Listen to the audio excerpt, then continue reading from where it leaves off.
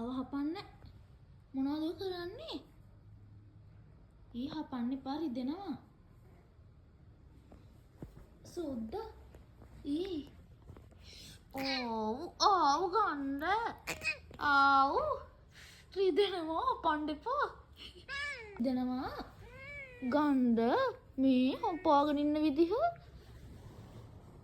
ඔයාලට මේ තරහ ගිහිල්ලා ඉන්නේ වීඩියෝ කරන නිසාද?